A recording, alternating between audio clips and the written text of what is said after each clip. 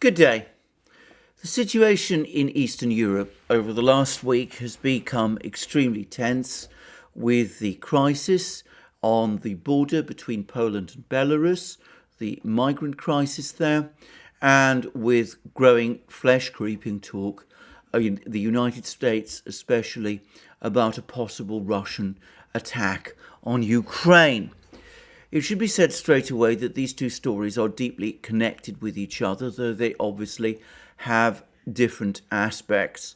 Nonetheless, for this program, I'm going to deal with them both together, even though in future programs, both for this channel and elsewhere on locals and in other places, I might choose to deal with them separately, because obviously each of these issues, each of these crises, if they can be called crises, have different aspects and different dimensions.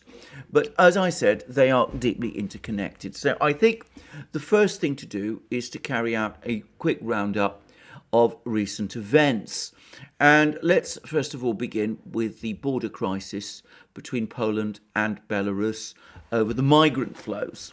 Now, in my previous program, I pointed out that the headlines, the way in which this story is being reported, and the extraordinary actions taken, especially by the Polish government, massing troops and tanks on the border with Belarus in the face of a migrant flow, which, to be very clear, is not a tidal wave, it's not an invasion, it's not a vast flood of people heading towards the European Union, at least not yet.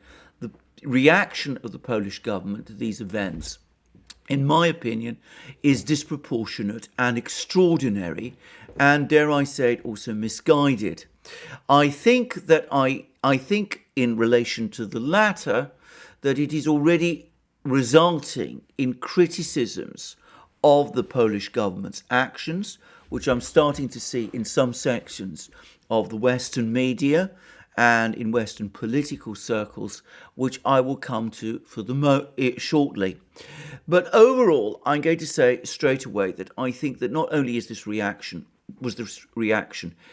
disproportionate, I also think that it speaks of an orchestrated, even if you like, a fabricated crisis, a crisis which is more theatre than fact. Now, just for the sake of comparison, on Thursday, the day before I did this programme, the news came through on the BBC that 1,000 migrants had crossed the English Channel from France into Britain, with around 20,000 migrants crossing into Britain from France over the course of this year. So that's 20,000 over the course of this year, 1,000 in a single day, with all the evidence that more are coming. And of course, the British are loudly complaining, and have been complaining for some time, that the French government and President Macron in particular are not doing all the things that should be done in order to stop these migrants arriving in Britain. By the way, I agree with that assessment. It's also fair to say that the British government itself could probably do more and isn't doing more in response to this. But regardless, the point I want to make in this programme is that this movement of migrants from France into Britain across the English Channel is attracting minimal international attention. There is no Security Council meeting. There's no talk of France trying to destabilise Britain in the way that President Lukashenko is supposed to be trying to destabilise the European Union. There is no suggestion that France and its president, Emmanuel Macron, are engaging in human trafficking, as President Lukashenko is supposed to be doing, even though in so many ways the situations look remarkably similar, with the difference being that the movement of migrants from France into Britain is on a substantially bigger scale than the movement of migrants from Belarus into Poland. I say the movement of migrants from Belarus into Poland, but in fact and in reality, there has been no such movements at all, because the Polish authorities, correctly in my opinion, are preventing them from crossing the border into Poland and into the EU. So why the difference? Why is the situation between Poland and Belarus being talked about and spoken about in this overheated way? Why has that become a major international issue? Why are some of the same countries, Britain and France, which are engaged in this cross-border migrant movement from one to another, which is so much bigger than the one between Belarus and Poland? Why are they all joining up and criticizing so loudly and so noisily the Belarus government, given that, as I said, it's actually what's actually happening is a much smaller version of what goes on already between France and Britain. And I'm not even going to start on the movement of migrants across the Mexican border into the United States, or the movement of migrants in other places. Well, of course, it's geopolitics. It's all about politics. It's about the fact that Belarus is aligned with Russia. It's about the fact that President Lukashenko survived what is increasingly looking like a color revolution attempt last year, followed up by a coup attempt at the start of this year. And of course, that means that because President Lukashenko is now clearly aligned with Russia, the Western powers are extremely angry about that and are bitterly complaining about it. But I suspect that there is another dimension to this issue, to this particular crisis, if it is a crisis, and this is to do with the internal politics within Poland, which is the frontline state in this matter, and also in the relations between Poland and the EU. And it seems to me that part of the reason why we have this crisis at the moment is that the Polish government, which is under considerable pressure from the EU, inappropriate and wrong pressure, in my opinion, because of its legal and constitutional changes which are taking place in Poland, and because of the recent decision of the Polish Supreme Court that where there is a clash between EU law and the Polish constitution is the superior, provides the superior law within Poland itself. Because there is this clash, and because there is a large segment of the Polish electorate which sides with the EU on this issue, it seems to me that the Polish government feels itself to be under very considerable pressure. There is the other further factor, and it's a factor that I'm going to discuss in more detail shortly, which is that I think the Polish government, like the Ukrainian government, is extremely upset and alarmed by the completion of the Nord Stream 2 pipeline, and with the potential that eventually, just as Ukraine's position as a transit state for Russian gas flowing to Europe might come to an end, so conceivably Poland's position as a transit state for Russian gas flowing from Russia to Europe might come to an end also.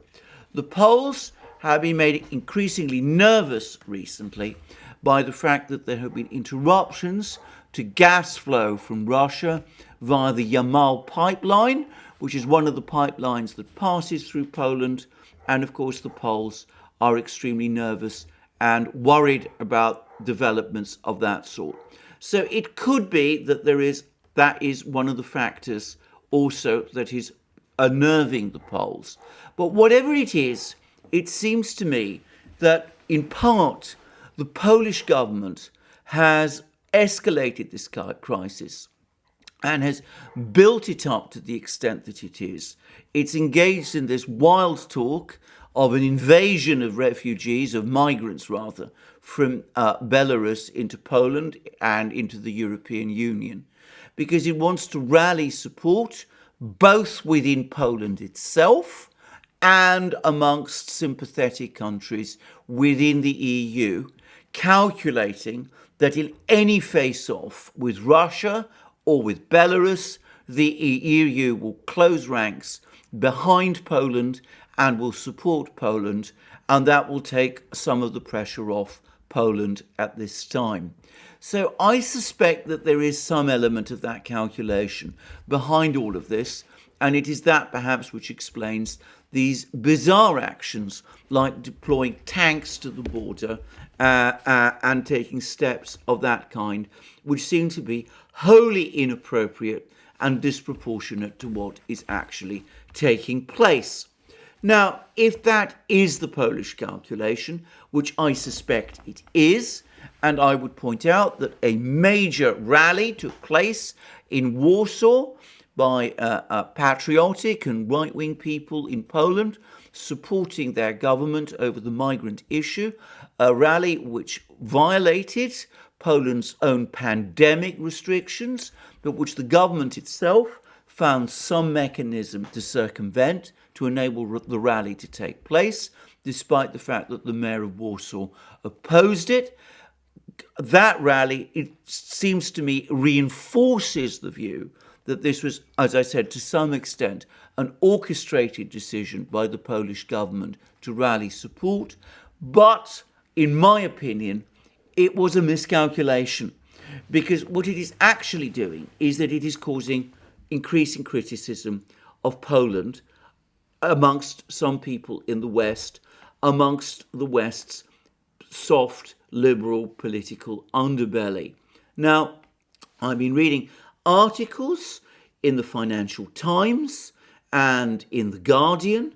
The article in the Financial Times was by a Polish writer criticizing the government's response to the migrant flows, not because she supports or is sympathetic to President Lukashenko or to the government of Belarus, but because, of course, she is somebody who is opposed to what she sees as xenophobic policies, or at least what she calls xenophobic policies. And we see the same thing. The Guardian published an editorial criticizing the Polish government in the same terms, and I understand there have been criticisms of Poland, especially behind the scenes, from other governments, from the government of France, from the government of Germany, with Germany now increasingly speaking to the Russians, or at least trying to talk to the Russians about this issue and about finding a way out. So I think that whatever short-term gains Poland has taken by escalating this crisis on its border, I think that before very long, Poland will find that the price it has paid for them is that the government of Poland will become even less popular with liberal opinion in the West and with the Western institutions and the EU institutions, which are very much under liberal control, than might otherwise have been the case. So, as I said, I think this may have turned out to be a miscalculation, and I think quite possibly it could be something that might eventually backfire. Now, I say that because, of course, the diplomacy that the Germans, and to some extent, no doubt, the other countries, France in particular, seem to be carrying out behind the scenes to diffuse the crisis, actually seem for the moment to be working.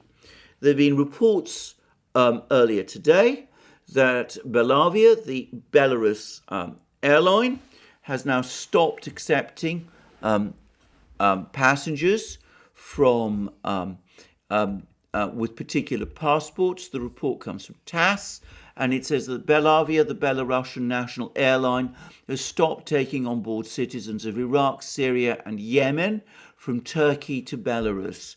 And the press readout, this is all I'm taking it from TASS, in accordance with the decision of the competent Turkish authorities, starting November 12, 2021, the citizens of Iraq, Syria, and Yemen will not be accepted to be transported on flights from Turkey to Belarus. And that's from the press service of Belavia, the Belavia airline. And we also learned that Turkish airlines also will not sell tickets for flights to Belarus to the residents of Iraq, Syria, and Yemen. Exceptions will be made only for passengers with diplomatic passports. Now, it's important to stress this is not a decision taken by Belarus, it's a decision taken by Turkey, and apparently negotiations which have been taking place between who knows whom exactly, European Union officials, but probably most specifically the Hungarian Prime Minister Viktor Orban, who is currently in Turkey, may be bearing fruit, and the Turks seem to be cutting off this refugee stream, which so far has only been a trickle. They may be cutting it off at the source. And so it's quite likely that this crisis, which isn't really, as I said, a crisis, will now abate. Let me reiterate again, 4,000 migrants on the Polish border is not a huge army or invasion of migrants, at least not so far. It will be a disastrous precedent, in my opinion, if Poland were just to leave these people in. But diplomatic action, sensible, measured diplomatic action, could cut this thing off, and it seems that it's been done. And interestingly enough, it looks like Viktor Orban, the Hungarian Prime Minister, might have been one of the people who was behind that diplomatic action. And of course, he is within the EU a political ally of Poland. That suggests to me, by the way, that Orban, who is a very canny political operator, also senses that the Polish government has got itself into a hole and is trying to help it get itself out. Anyway, that, it seems to me, is probably the start of the end of this immediate crisis. No doubt EU sanctions against Belarus are going to follow. I think it is most unlikely, though not impossible, that there will be EU sanctions against Aeroflot, the Russian airline, but the Russians' Aeroflot has pointed out that it hasn't actually been flying passengers from Turkey to or Iraq or Syria or Yemen to Minsk, as has been alleged.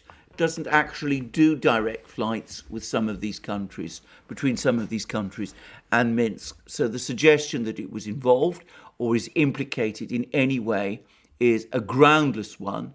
I doubt that Aeroflot will be sanctioned.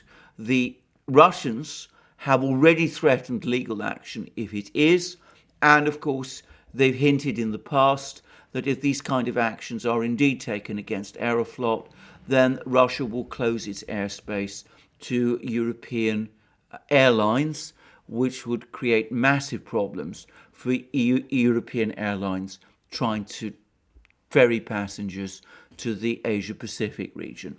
So I don't think Aeroflot risks being sanctioned, and it looks as if the other airlines that might have been bringing some of these migrants to Belarus and from whence they have gone to the border, that they are now, as a result of diplomatic action, calling this thing off. So diplomacy has worked, or appears to be working. But in the meantime, all this overheated language, all this deployment of troops and tanks by Poland to the border, all these strong and indeed overblown statements of support for Belarus, all these movements of troops near Belarus's borders, are doing the entirely predictable thing. They're tightening the connection, the alliance between Belarus and Russia, and are making Belarus increasingly dependent upon Russia. And the way the Russians have reacted is very interesting. Now, in the run-up to this crisis, or pseudo-crisis, the Russians, of course, had agreed a whole set of integration packages with Belarus. So the Belarus economy is now becoming ever more deeply integrated into the Russian one. But over the last few days, the Russians have also stepped up their military and defense cooperation with Belarus. On 2 consecutive days, the Russian Air Force flew powerful bombers over Belarus's airspace. Firstly, there were two Tupolev 22 M3 bombers. These are bombers which primarily fly with very powerful anti-ship missiles and look as if they were flying in Belarus airspace to signal to the United States and NATO that NATO warships in the Baltic Sea would face real dangers if they tried to operate in some kind of military mission against Belarus from there. And then on the following day, there was a further overflight of Belarus by two even more advanced and far more powerful Tupolev 160 bombers. These are long-range strategic bombers operating long-range cruise missiles capable of carrying strikes at long distances against rear echelon areas of NATO's military. So these flights by these Russian bombers are a powerful demonstration of military support by Russia for Belarus. And in addition to that, as I'm making this video, a few hours before I made this video, there were reports that Russian paratroops have also been deployed to Belarus. And it seems that the numbers of these paratroops, we've not been provided with details, but here's the report from ETHEREUM. Russian paratroopers sent to Belarus in snap combat readiness check. Russian Il-76 military transport aircraft took off from airfields in Russia and flew to Belarus to airdrop the paratroops. And Russia has sent paratroopers to Belarus for joint drills, Russia's defense ministry reported on Friday. On November 12th, a Russian paratrooper unit will land on an unknown site in the territory of Grodno region in the Republic of Belarus as part of a surprise combat readiness inspection of the airborne forces and take part in a joint tactical exercise with units of the Belarusian armed forces. Russian Il-76 military transport aircraft took off from airfields in Russia and flew to Belarus to airdrop the paratroopers. After skydiving with parachutes and practicing joint combat training tasks with the Belarusian units, the Russian paratroopers were returned to their home stations. And for its part, the Belarusian Defense Ministry reported that the paratroopers would land on the Gorzhki training ground to check one of the components of the Union States' quick reaction forces in the wake of the military build-up near the Republic's state border. So the purpose of this snap drill was clearly first to signal to the West Russia's military support for Belarus and the fact that the alliance with Belarus is a real one and one which the West needs to take seriously, and to also demonstrate to the West, to the Western powers, Russia's ability to deploy forces to Belarus at extreme speed, including by airdropping paratroopers into the country in the event that there is some sort of clash there. So we see the Russians making strong military moves, asserting in the clearest way that they stand by Belarus in this crisis, and though they obviously do not see this crisis as being based on migrant issues, they see it as a further step to put pressure on Belarus and ultimately on Russia itself. Despite seeing all of those things, they remain determined to stick by their ally and that they will see this thing through. Now, these are important moves. They've to some extent been reported in the West. I suspect that they will have the demonstration effect of also cooling tempers, making people in the West take a step back, think about the problem on the border, ask themselves whether this is really a crisis, whether one can seriously talk about a serious attempt to destabilize the EU was just 4,000 migrants and come to some kind of effective solution with Russia, with Turkey, with Belarus itself to bring this particular problem under control. So that is, in my opinion, the beginning of the end, if you like, of this phony crisis. I think it's a phony crisis over these migrants on the Polish border.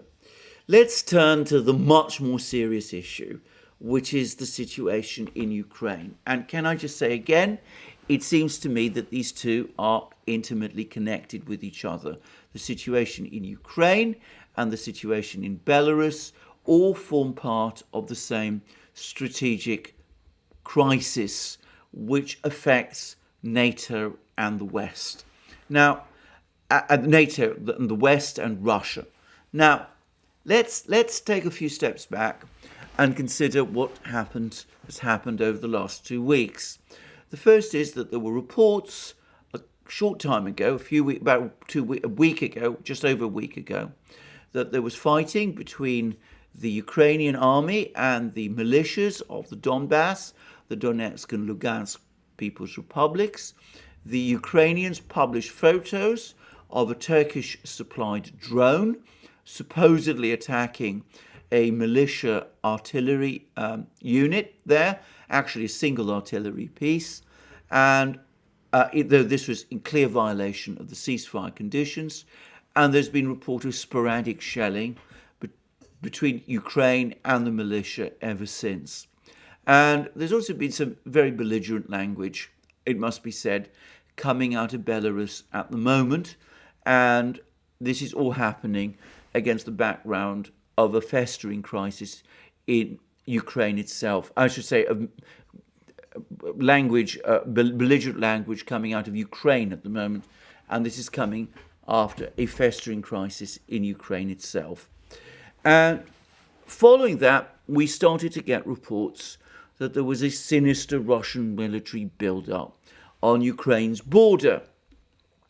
And then we got reports from the US and, interestingly enough, from Ukraine itself, contradicting those reports, saying that there was no actual unusual activity by the Russian military on Ukraine's border.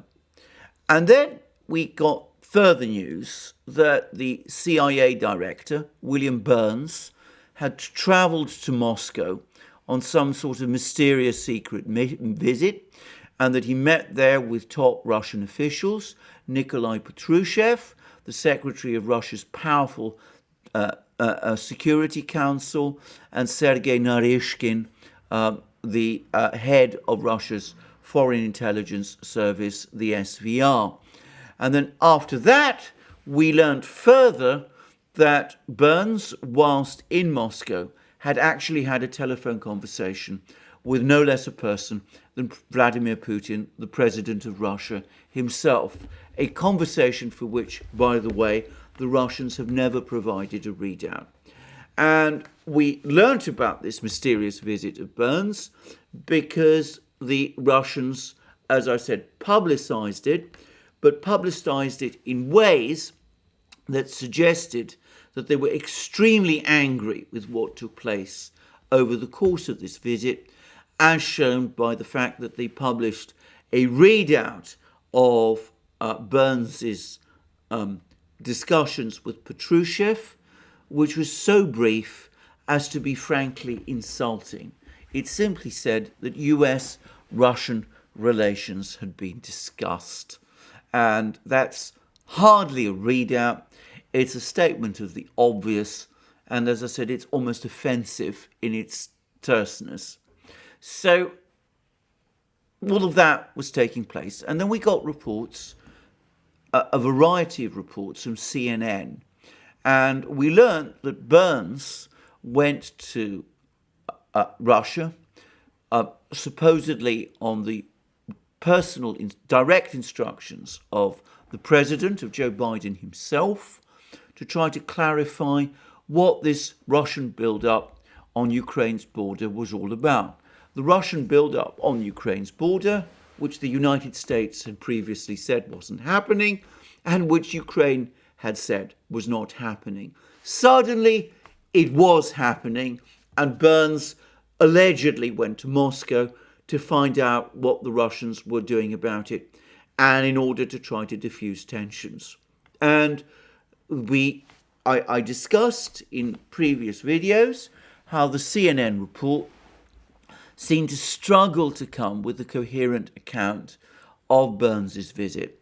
So, on the one hand, it looked as if Burns had gone to Moscow to reassure the Russians that the United States was not looking for a crisis in Ukraine and would presumably oppose a Ukrainian offensive in the Donbass, and that seemed to be followed up with a suggestion that Burns had telephoned President Zelensky of Ukraine in order to put some kind of pressure on the Ukrainians to prevent them from launching such an offensive. That was how part of the CNN reports read. And then the same reports appeared on the contrary to suggest that the purpose of Burns's visit to Moscow was to warn the Russians against launching this offensive against Ukraine, which, as I said previously, there'd be no suggestion that such an offensive was even pending. So the whole thing began to look extremely bizarre. And then we had further reports that Tony Blinken was making statements in public about how Russia would make a grave mistake if it rehashed what it allegedly did in 2014 and invaded Ukraine. Of course, the Russians deny that ever took place. And we've now learnt that there's been reports, or rather that we've now received reports, that the United States government has been contacting European leaders to warn them about the threat of a conceivable Russian invasion of Ukraine. And the most detailed account of this that I have found is in the Daily Telegraph in Britain. Now, this is a paywalled article, so I will only read it in part, but these are some of the things it says.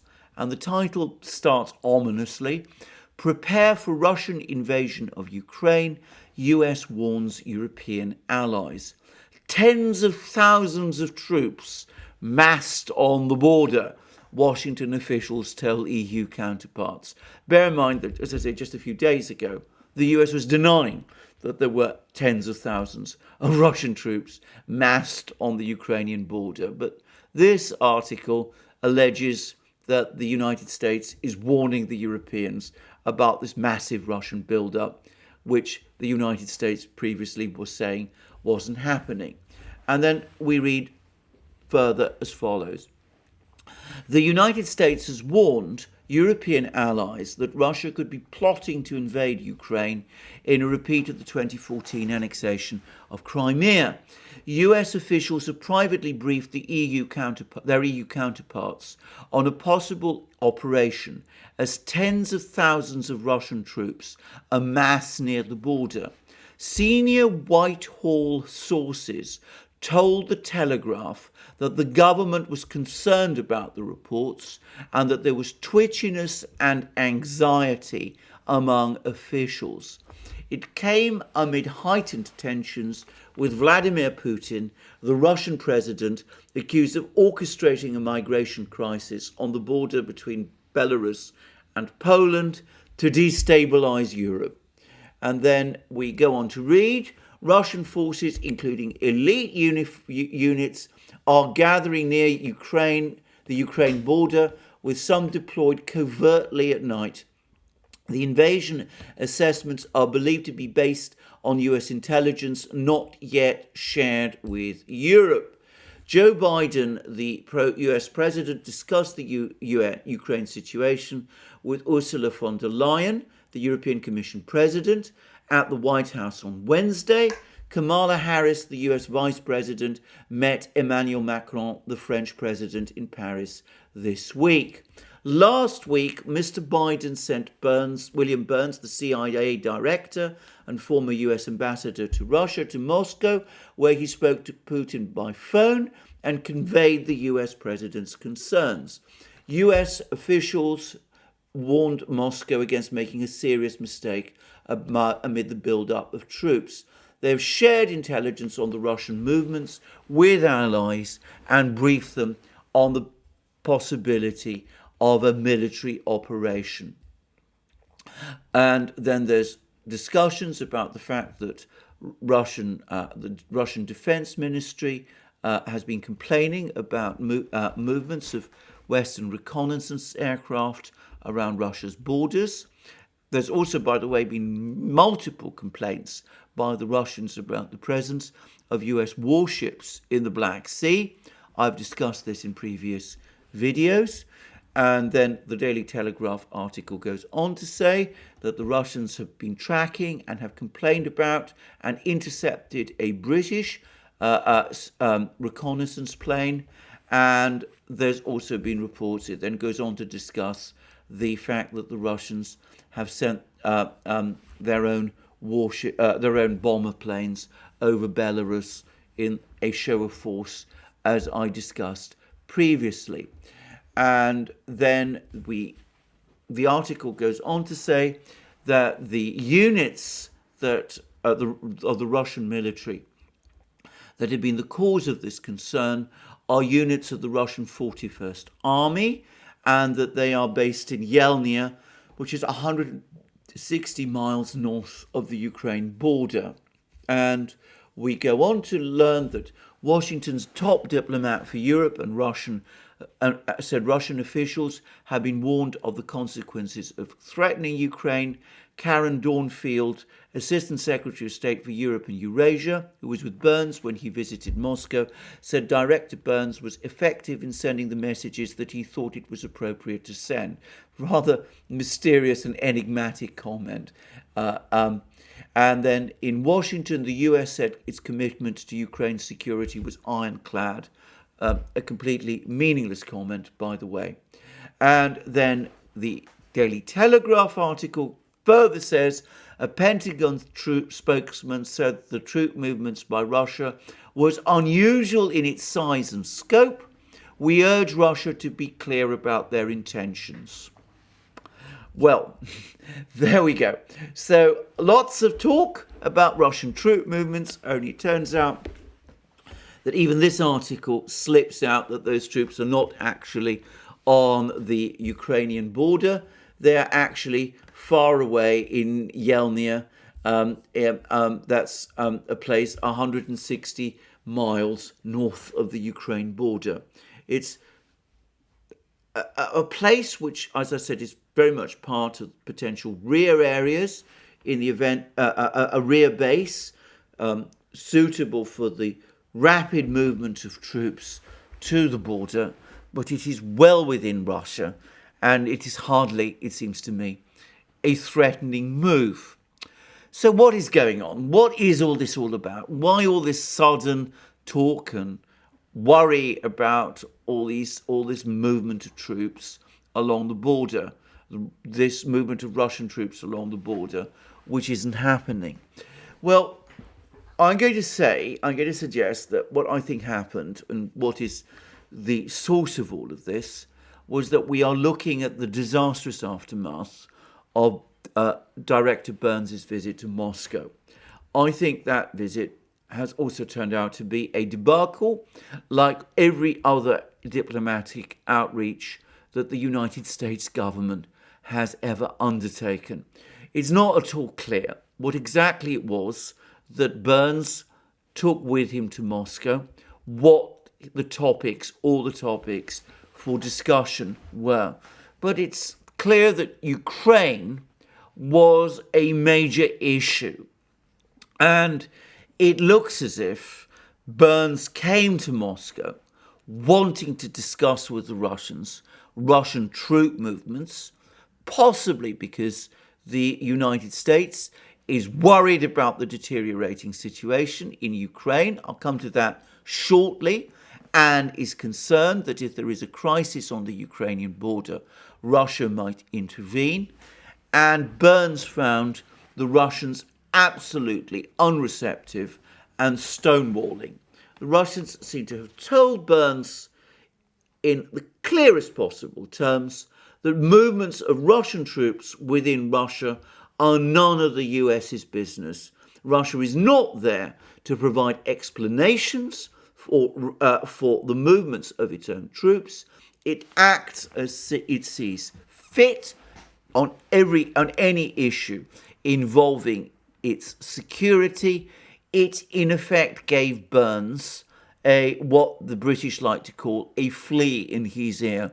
In other words, they read Burns out a strong lecture about the fact that the crisis in Ukraine is being driven by US actions, namely the appearance of all those ships in the Black Sea, and by Ukrainian actions, the attacks with drones on the militia in the Donbass, the violation by Ukraine of its various commitments under the Minsk agreement, the shelling of militia positions, and all the rest.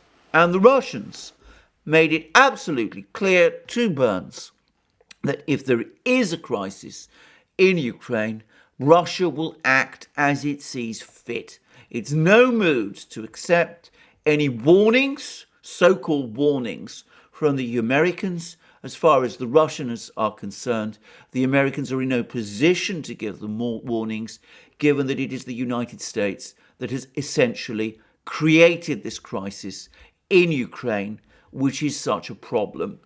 And I take away that view from the way in which the Russians responded to Burns's visit. As I've discussed in previous programmes, that meeting bears all the hallmarks of a meeting that was intended to be kept secret. The US government, President Biden, his top officials, sent Burns to Moscow without wanting to make the fact known to the world. It was supposed to be a secret visit to try to tap Russian intentions, to try to give warnings, perhaps also to give reassurances. The Russians were completely unimpressed. They weren't pleased with the fact that Burns came with no proposal for how to settle the situation in Ukraine, that he came with no suggestions about how Ukraine should be required to honour its commitments under the Minsk agreement, which is part of international law, since it has been secured by a resolution of the United Nations Security Council. And the Russians, extremely angry and very unhappy about this, refused to allow Burns allow Burns a meeting with their president, Vladimir Putin, so that he was obliged to speak to Putin by the telephone instead. And they also made the fact of Burns's visit to Moscow public by publishing that insulting readout saying that US-Russian relations had been discussed. And the Russians have now followed up with a whole series of statements, and I suspect they mirror very closely the kind of things that the Russians have been said in private to Burns whilst he was in Moscow. Firstly, we have the comments of the Kremlin spokesman, Dmitry Peskov, following those reports about the US warnings about the Russian troop movements to their European allies. These are the kind of things that Peskov said. This is not the first publication and not the first statement by the US that they're concerned about the movement of our armed forces in Russia. We have repeatedly said that the movement of our armed forces on our own territory should be of no concern to anyone. Russia poses no threat to anyone. And as for an attack, a Russian aggression against Ukraine, Peskov went on to say, such headlines are nothing but empty, unfounded tension build-up. Russia poses no threat to anyone. We have never planned an invasion and never will unless we are provoked by Ukraine or someone else. And it is a matter of defending our national sovereignty. Now, those are extremely important words because what Peskov is saying is that Russia has no plan to launch an invasion or an attack on Ukraine and never will have such a plan, but it will respond if it is provoked by Ukraine or someone else, and it is a matter of defending national sovereignty. Now, that, of course, could amount to an attack by Ukraine, say, to try to recapture Crimea. In that case, obviously, the Russians would defend themselves, and that would be the end of Ukraine. But it is also, in my opinion, intended to signal a response to any Ukrainian attack on the Donbass republics. Because when it talks about, unless we are provoked by Ukraine, Russia clearly would see an attack on the Donbass republics as a massive provocation. And when Peskov talks about defending our national sovereignty, it's important to remember that a large part of the population of the two republics of the Donbass, the Donetsk and Lugansk People's Republics, now have Russian passports, and therefore Russia is legally bound to protect and defend them. So that is quite probably what Patrushev said to Burns over the course of Burns' visit in Moscow. Patrushev would have said to Burns, look, we have no plans to attack Ukraine. It's not our intention. That's not our purpose. But if Ukraine does something stupid, like attack Crimea, or if it does something else, like try to attack the two Donbass republics, we will regard that as a provocation. We will regard that as an attack on our people who hold our citizenship, and we will respond and we will defend them. And that must have been, I think, information that it's easy to understand why Burns and the United States would be extremely alarmed about and would want to brief its allies about. Anyway, it perhaps begs a number of further questions. The first is, why are we in this situation at all? And the reason is, as I said previously, because Ukraine has been launching probing attacks on the Donbass and has been ramping up pressure against the Donbass over the last few weeks. But why is that happening? And here I think it is linked directly to the internal crisis in Ukraine. There's now increasing talk that there will be power outages in Ukraine this winter. The situation with gas supply is becoming critical. Ukraine is struggling to pay the Europeans for the gas, the Russian gas it is siphoning off as it passes through the pipelines, and it has lost access to Russian supplies of thermal coal to keep its power stations warm. It's also concerned some of the political class in Ukraine might also be increasingly concerned that some of the more pragmatic elements of the Ukrainian political and business community are now, for the first time since the Maidan events of 2014, coming out and openly criticizing the vector of Ukrainian policy since the Maidan events. Now, I'm not talking here about the main Ukrainian opposition party, the party led by Viktor Medvedchuk, which has been consistently opposed to this foreign policy line. I'm talking about people previously identified with the Maidan movement, first and foremost the Ukrainian politician Yulia Tymoshenko, who has played an outsized role in Ukrainian politics over many years. She has now said that the proper thing for Ukraine to do is to negotiate a long-term gas agreement with Russia. She did that before once, back in 2009, and landed in prison as a result, by the way, but she's now proposing it again.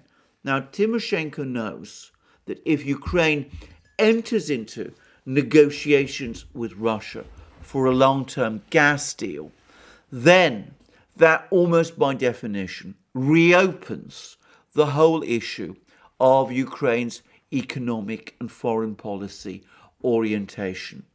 Other Ukrainian business people and large parts of Ukrainian society might at that point start to say, well, has this entire policy of distancing ourselves from Russia actually succeeded? Has it not instead brought us a crisis in place of the prosperity we were promised? Is this not the right time instead to try to come to some kind of deal with the Russians, even if that means that the Maidan project, as originally conceived, has to be compromised or even abandoned? Now, some of the hardline people in Ukraine's power structure, particularly those connected with the Security and Defense Council, the military and security leadership of Ukraine, for them, that kind of talk is anathema. It is borderline treason. They've been clamping down on independent media groups that have been suggesting all of that. And it's entirely possible that as they sense the weakening of their position within Ukraine, that they could try and go for broke by launching some kind of attack on the Donbass. There is another factor as well, which I suspect is playing into all of this, and that is Nord Stream 2. Nord Stream 2 has now been built, it's been filling up with gas, and it's prepared to come online. The German government has now certified to the German regulator that Nord Stream 2 does not pose an economic threat to Europe. And from all the indications are, especially with the support for the opening up of Nord Stream 2 coming from Markus Söder, the powerful minister-president of the state of Bavaria, that Nord Stream 2 will be certified shortly. I would add that there are reports coming from Germany that the combination of high energy costs because of the explosion of natural gas prices, together with the microchip shortage, is creating serious problems for Germany's powerful car industry, which accounts for around 10% of Germany's GDP. And given that this is so, it's entirely understandable that German industrial groups are probably lobbying at the moment for Nord Stream 2 to be brought online as soon as possible in order to at least resolve the energy side of this difficult equation. If that is correct, then that, of course, rings alarm bells in Kiev and also, of course, in Warsaw, because the Russians have already made known that once Nord Stream 2 is completed, the logic of continuing to send gas via Ukraine starts to become questionable. And as I said previously, Poland, which is of course an ally of Ukraine, but which is also a transit state, must also worry about its transit position too. And for Ukraine, this is an existential issue, because not only would Ukraine lose the payments, the transfer payments that Russia pays, the transit payments that Russia pays in order for the gas to be allowed to pass through the Ukrainian pipelines to Europe. But of course, if that gas stops entirely, then Ukraine cannot any longer continue to siphon off Russian gas from those pipelines, pretend that it is European gas, and keep its homes warm and its factories working. So from the Ukrainian point of view, the completion of Nord Stream 2, if it puts Ukraine's position as a transit state in jeopardy, begins to look existential. And at that point, the pressure from people like Tymoshenko and others to mend fences with Russia, to do a long-term gas deal with the Russians as the only solution to this problem, would escalate even more. So one can see the temptation for some people in Kiev to go for broke, to launch that attack on the Donbass, in the hope that even if it results in a military debacle, that might rally European and US opinion behind Ukraine, and it might also lead to the permanent cancellation or block of Nord Stream 2. Now, will all this happen? Will this situation really arise? Will we actually have that Ukrainian attack on the Donbass? I don't believe in the Ukrainians are irrational enough to launch an attack on Crimea. But might they launch an attack on the Donbass? Well, I think it's a possibility. I discounted the danger of this back in April when a similar thing was threatened. I said at the time that it made no sense at all for anybody to start a war which they were certain to lose. But the situation for Ukraine now is significantly more desperate than it was then. So it's just conceivable, it's just possible that someone might go for broke. And it might be that over the next few weeks, Ukraine will indeed launch that attack on the Donbass, which will indeed result in that Russian counteroffensive. The Russians will have made absolutely clear to Burns that they're not interested in any American warnings over that such a thing. If there is any Ukrainian attack on the Donbass, Russia will respond. And it's understandable that European capitals are deeply worried and extremely nervous about these developments, as the United States is, since, as everybody knows, if there was a war between Ukraine and Russia, Ukraine would lose. There is no possibility of NATO or the Western powers coming to Ukraine's rescue. And at that point, the administration in Washington would face an utter debacle, and the Europeans would face a crisis with gas prices at that point being multiples greater than they are at the moment, with high probability of blackouts across Europe and of factories stopping and of all of those sort of things. Well, given that that is so, what is actually going to happen over the next few weeks?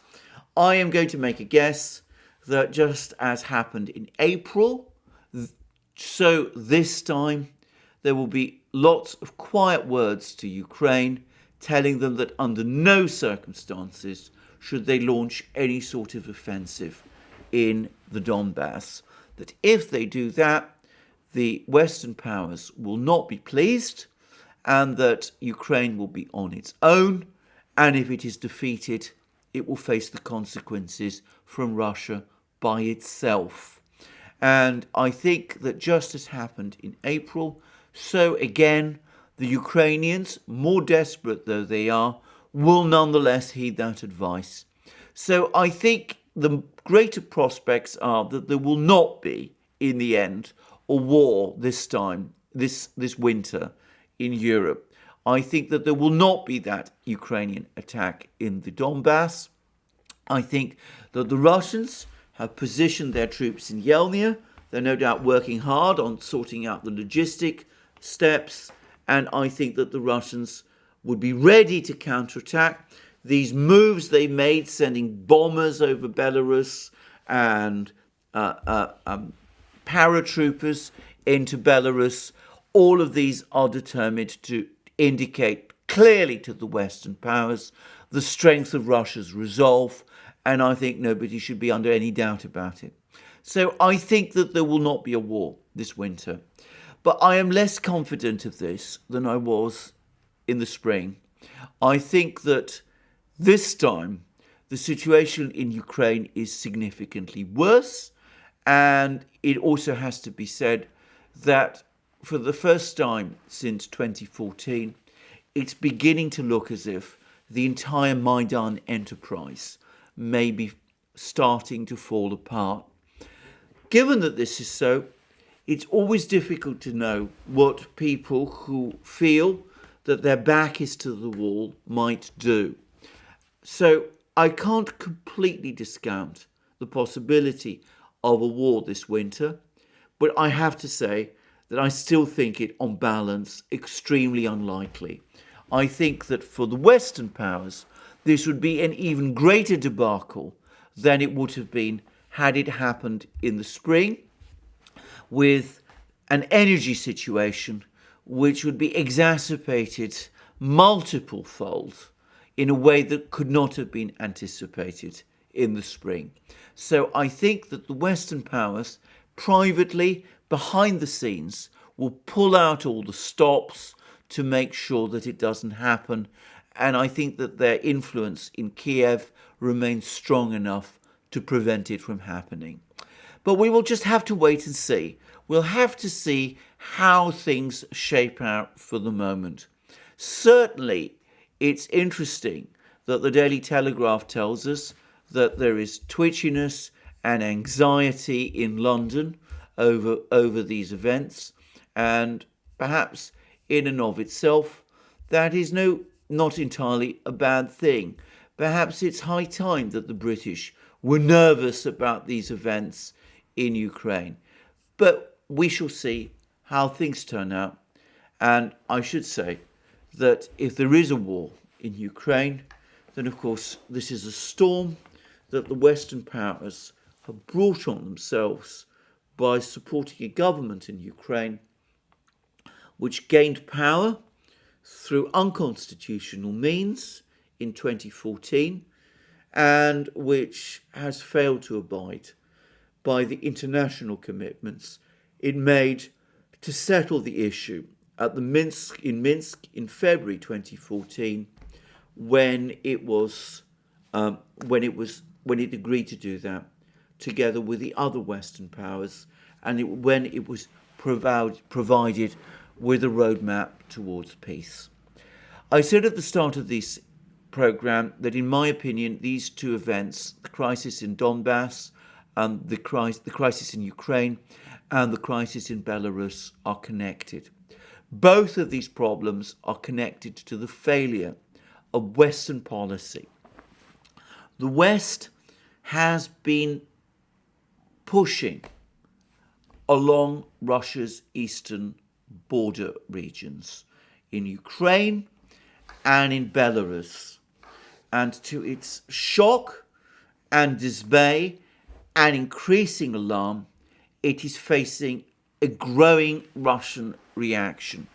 The Western powers were already deeply shocked by the strength of Russian reaction to the Maidan events in Ukraine in 2014, and now they are even more deeply alarmed by the ever-growing strength of the Russian reaction to the events in Belarus and Ukraine today.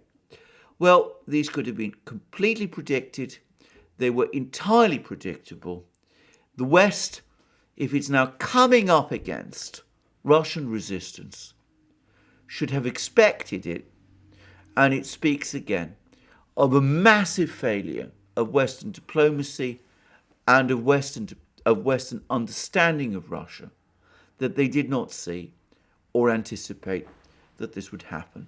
Well, thank you for joining me for this long program covering a complex and detailed, difficult subject. More from me soon about this. We will see whether I am right and whether or not there is in fact a war in Ukraine this winter. As I said, I still think it unlikely on balance. In the meantime, thank you for joining me again today. Look us up on our other channels, Locals especially, where you will see that we cover all these topics at great length. Alex Christoforou and I, both are Duran material and my own material, and of course we publish a great deal of exclusive content there. And of course I also do live streams on Locals, and in fact my last live stream was partly about the situation in Ukraine, and I anticipate that my next live stream, which will probably be next Wednesday, will cover the problems in Ukraine again, unless of course other things happen. In the meantime, in any event, if you want to join me and communicate with me via a live stream, Locals is the place to do it. You find links under this video. We're on also multiple other platforms, as you see also from our links.